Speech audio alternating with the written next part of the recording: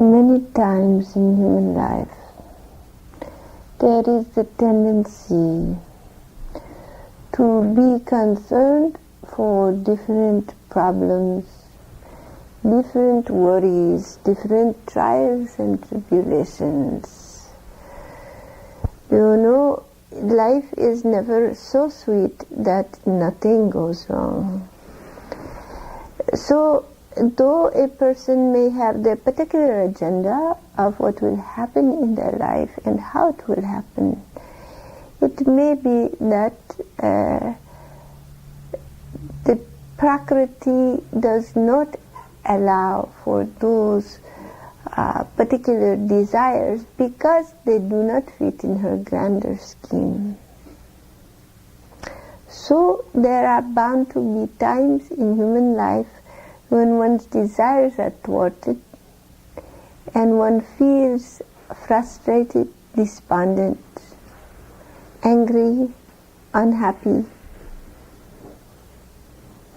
or moved by this experience of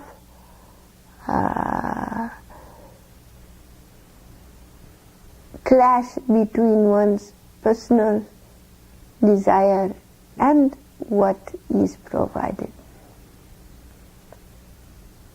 So human life is never just a positive flow of getting what one wants. There will always be those times when it isn't quite as you want it, or perhaps it is a great deal different than what you want. But this is unavoidable because the desires of an individual are never entirely compatible with the grand cosmic flow of the universe. Prakriti goes on moving and changing all objects. Human desires which come from the little I feeling are to sustain, develop and enhance the welfare of that little I. But that little I is but a part of a greater whole. And so the whole is really defending its existence. And what is to the welfare of the whole, of which the little I is but a part, may not be the same. The little I is associated with one physical structure and one personality. That physical structure will change over time. The personality will also shift and change, and neither of these are permanent. So there is bound to be some discrepancy between the desires of this small person to maintain permanency in what is temporal and the desires of the divine creatress, whom its duty it is to keep the universe in a certain flow of evolution, one form to another, to another, to another.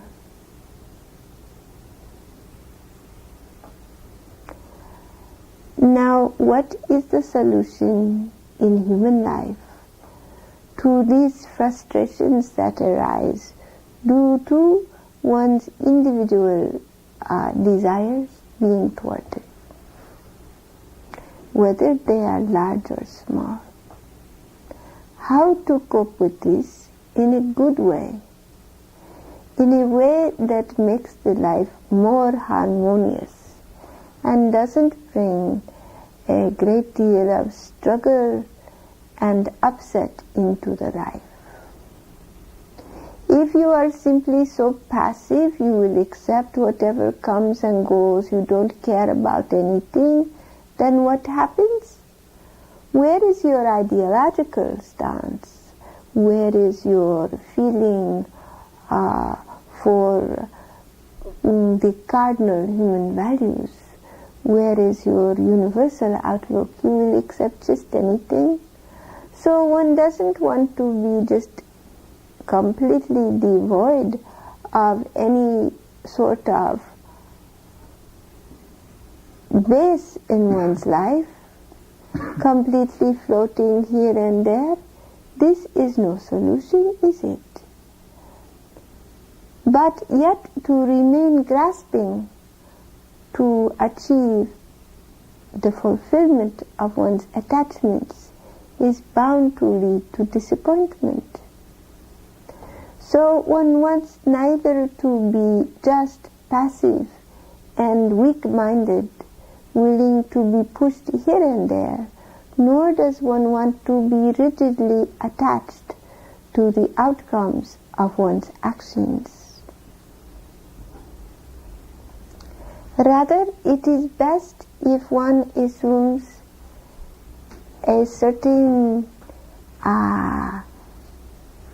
detachment from the outcome of one's actions, but yet one maintains an attachment to the great. You know, if you are attached to material objects, they come and go in the life. If you are attached even to people, all things in this material world change. But if you are attached to Param Purush never changes. He is changeless.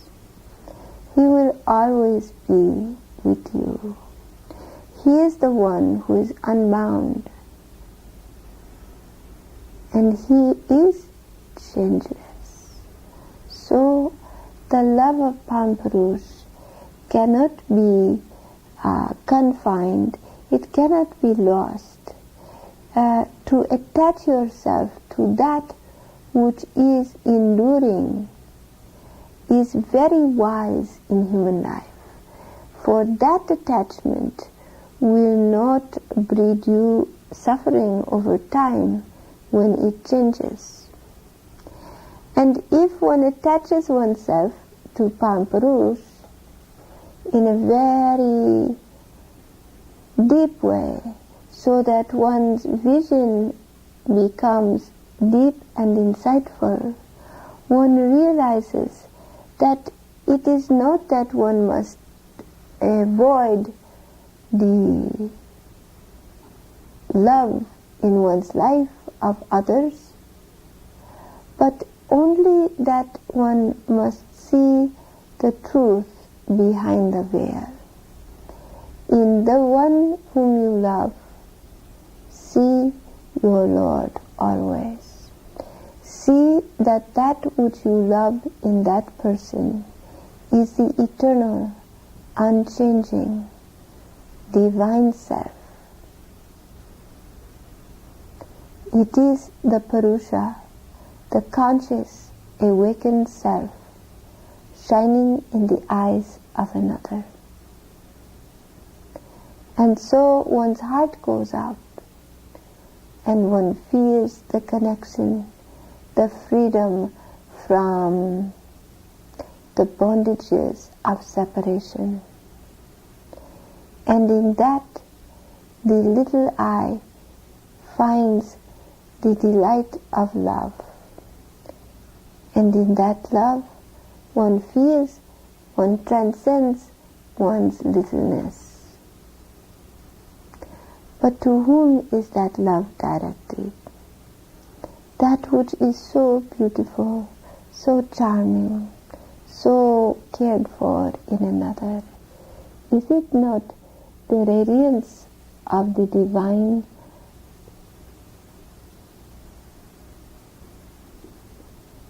Is it not coming in the form of another? So wherever your heart is given, wherever your heart finds association, connection, wholeness, do you not find your Lord? Is He not in all?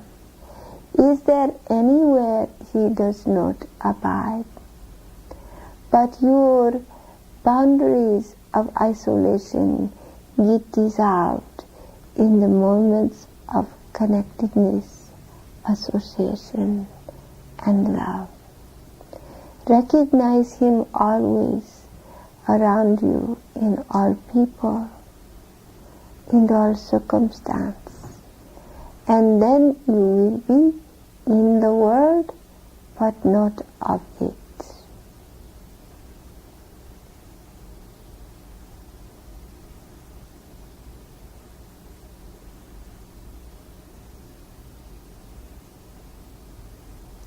And in this deep perception, the heart may be given fully, and love unconditional attained. And then one becomes untroubled by the changing world. If today life goes your way, all right. If tomorrow it doesn't, all right. For you perceive the one beloved, the one changeless one, always there, in all circumstances. And in this perception, you are freed from the bondages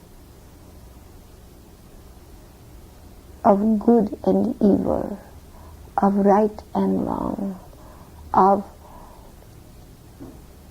that which is pleasing and that which is not pleasing. For there remains only the one self, only the infinite Purusha, manifesting in a myriad of colors and forms and experiences.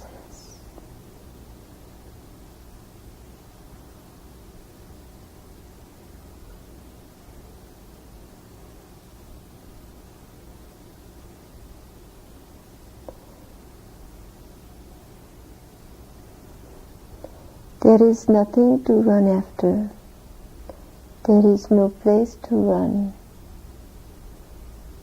There is no need to run.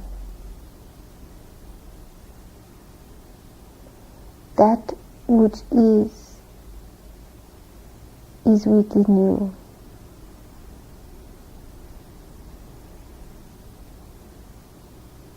And all around you, every moment.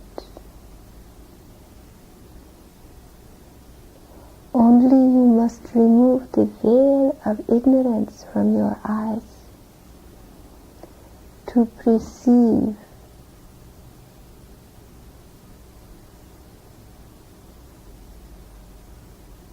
the beatitude of the infinite, the Lord of all, the divine Purusha.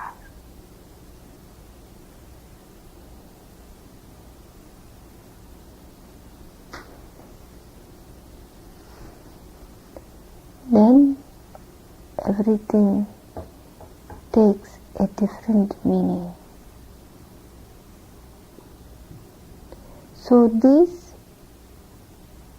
is what is cultivated through Brahma sadhana and all the practices of yoga.